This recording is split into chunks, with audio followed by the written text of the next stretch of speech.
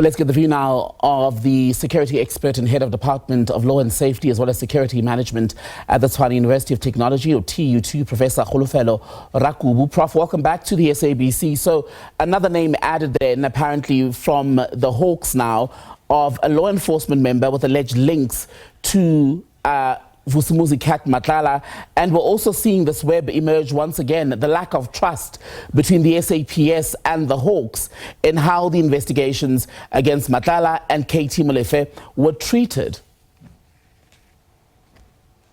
Good evening and thank you for having me. What a day.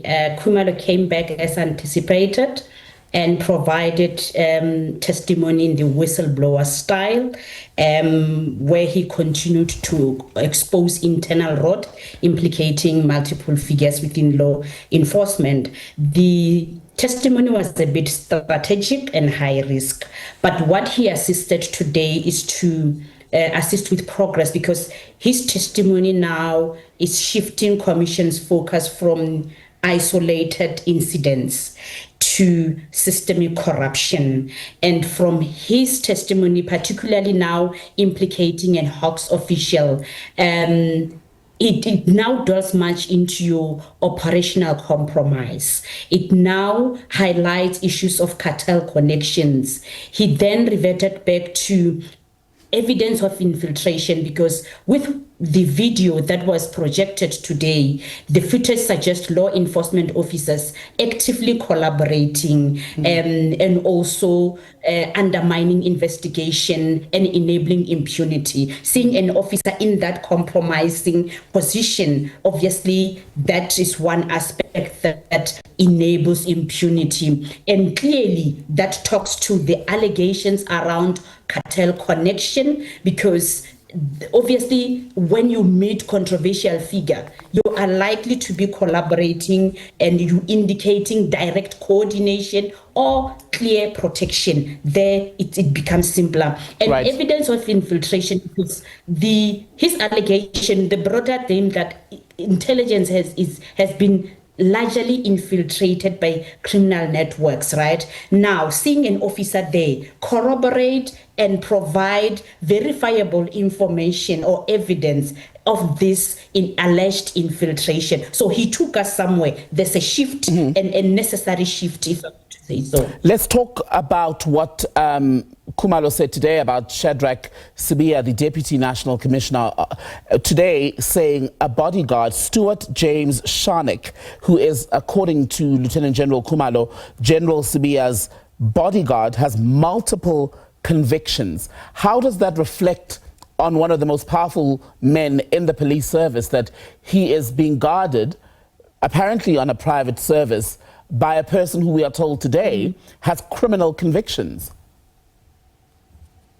And with that information, you also wonder if Sibiya is not aware of that. Looking into all these eyes and investigation or attention around his lifestyle, his connections, his relationships, wasn't he aware of this controversial figure? And again, if there was to be a focus into this controversial figure, you might find that he received all bails or justice cluster or the inappropriate awarding of bails. I'm sure he might have benefited, because some cases were withdrawn, some are still there, and this and that. So this shows the character and the magnitude of this disregard of the law and the culture of impunity. Because remember, at some point, Kwanazi and Khumalo have been reiterating the fact that he's a criminal, or he's involved in criminal activities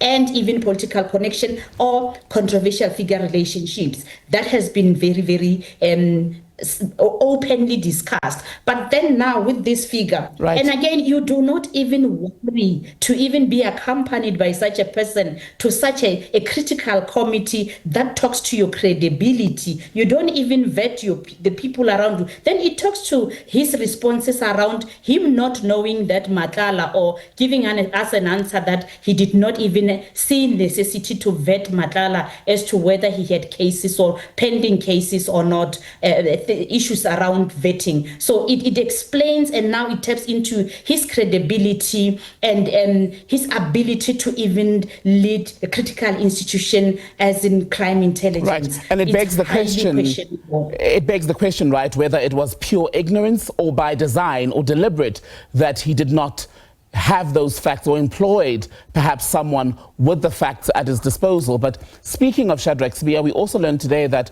another officer within his division, this is Sergeant Nkosi, was apparently captured on CCTV footage leaving TK Molefe, or KT Molefe apparently, his home with a white paper bag. Now, we both know what the insinuation there is, right, regarding the white paper bag and what it may have carried upon this apparent collection from Molefe's home. What insight, I wonder, does that give us into what was going on in Sibiya's office in the police service?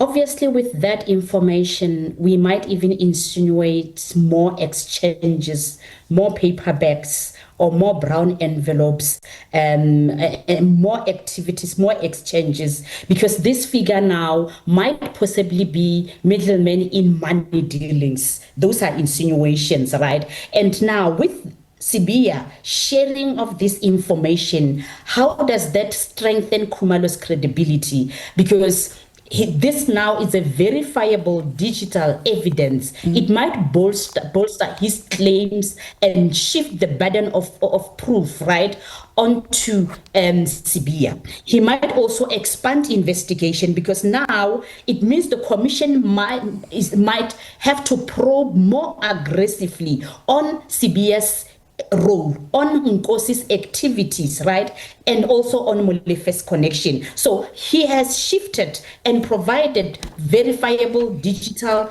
evidence that now shifts the commission's responsibilities a bit to go and probe more deeper, because now we need to understand this Nkosi factor and how did Nkosi drive a car that is assigned to Sibiya. Was Sibiya not aware? And again, in what capacity was he meeting Molefe? So there's so much now that needs to be unearthed. And this revelation raises agency. The footage adds more pressure to SAPS leadership and the commission to act swiftly, to do what? To prevent further compromise, because such highlights that there might be existing compromises here and there. So there should be swift actions to protect and to deal away with the compromise of police operations. Lastly then, in a minute or less if you can, ma'am, Brown Mokhotsi, today we woke up to the news that he had survived apparently an attempt to kill him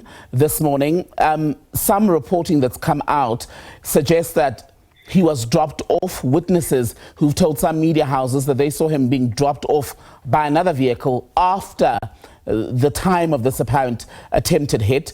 There are others who are also suggesting, for instance, that they don't believe that this is what happened, but police aren't going with that version just yet. We're also hearing possibly that he's refused to open a case, but an investigation will go on nonetheless. How do we deal then with that piece of the puzzle?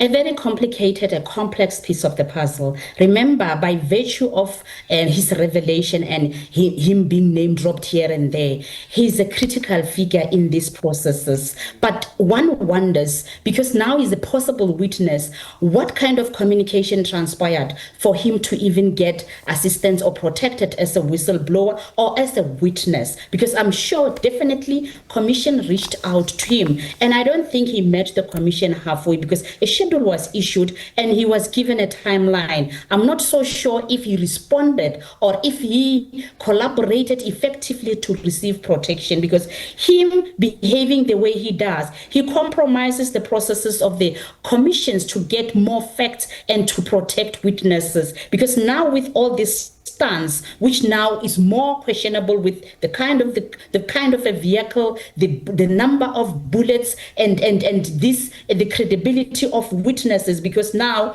you wonder, these witnesses openly saying we could not call the police because he said we must not call, and now it looks like they know this figure who's now dropped by another car. Something just doesn't add up, but which complicates the work of the commission. You have been identified as a witness. There's an interest in your statements. Did you come forward? Did you respond? Did you submit or forward information the commission asked for your protection? I don't think so. And he hasn't opened the case. Why not? To also complicate the processes. Why are you not willing to even meet law enforcers halfway? What are you running away from? Because now he should have provided the commission an opportunity to protect him, if indeed he had the best interest at heart for all these allegations, or to clear his name. Case has not been opened. Are you playing us? Are you shifting the focus? Because obviously today he had to be mentioned here and there. But the commission, on the other hand, doesn't even have thorough information with regard to him appearing, because he's expected on the other side to come and answer. But this looks like playing hide and seek for me, and also just complicating the processes, because you should have been communicating, and by now you should be somewhere hiding, because the commission communicated of its processes in whistleblowers or witness protection. So why is he not in that process? They can only protect witnesses or whistleblowers that are seeking protection, not whistleblowers or criminals wearing an umbrella of whistleblowers, because at the moment, with him not meeting law enforcers halfway or the commission halfway, we're questioning credibility of all this that transpired today. Professor Rakubu, a pleasure to talk to you as always. That's security expert and the head of the Department of Law, Safety and Security Management at TUT, Professor Kholofelo Rakubu.